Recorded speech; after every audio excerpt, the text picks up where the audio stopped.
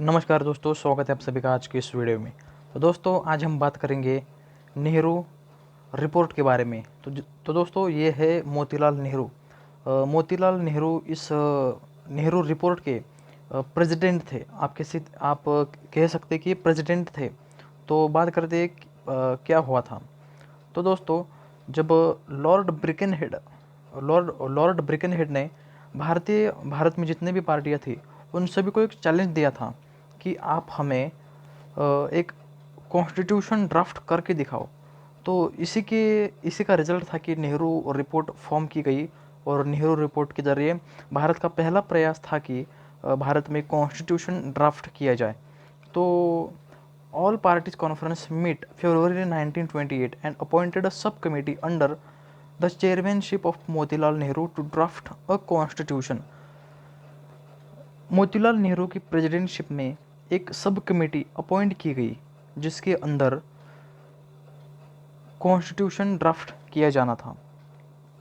और ये भारत का पहला फर्स्ट मेजर अटेम्प्ट था इंडियंस के ज़रिए कि कॉन्स्टिट्यूशन फ्रेमवर्क मतलब कंट्री के लिए कॉन्स्टिट्यूशन फ्रेमवर्क तैयार किया जाए।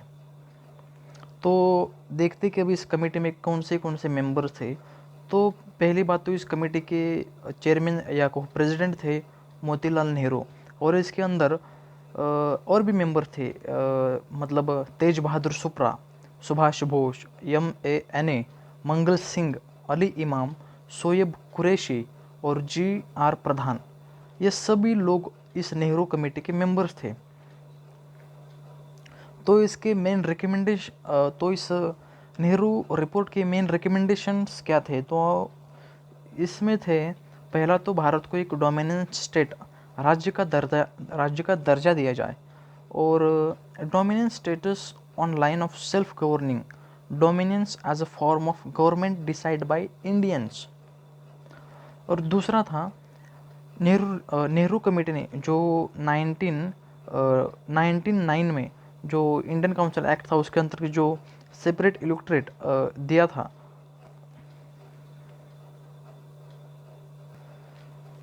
जो मोरले मिंटो रिफॉर्म में जो सेपरेट इलेक्टोरेट देने की बात कही थी, तो नेहरू रिपोर्ट में इस सेपरेट इलेक्टोरेट को खारिज कर दिया और कहा कि हमें on constitutional reforms of our instead demand for joint electorate, separate electorate के बजाय हमें जॉइंट इलेक्टोरेट दिया जाए। Reservation for seats for Muslims at a centre and in provincial where they were in minority in proportion to the Muslim population in there with right to constant additional seat। और तीसरी recommendation थी, provincial council to have 5 year tenure. मतलब जो provincial council होती है तो उसके लिए 5 year का टेन्यर दिया जाए, headed by governor acting on the advice of the provincial executive council. मतलब जो गवर्नर होगा वो on the advice of the executive council पे ही काम करेगा। और नेक्स्ट था, लिंग्विस्टिक मतलब भाषा के आधार पर राज्य का निर्माण किया जाए। और नेक्स्ट था full protection to cultural and religious interest of Muslims and complete dissociation of state from religion. मतलब मुसलमानों की जो कुछ कल्चरल और रिलीजियस इंटरेस्ट है, उनके अधिकार है, उसको ना छेड़ा जाए। और दूसरा, राज्य को धर्म से अलग रखा जाए, मतलब राज्य और धर्म को मिक्स ना किया जाए। तो ये था अपना आज का नेहरू कमेटी के बारे में वीडियो।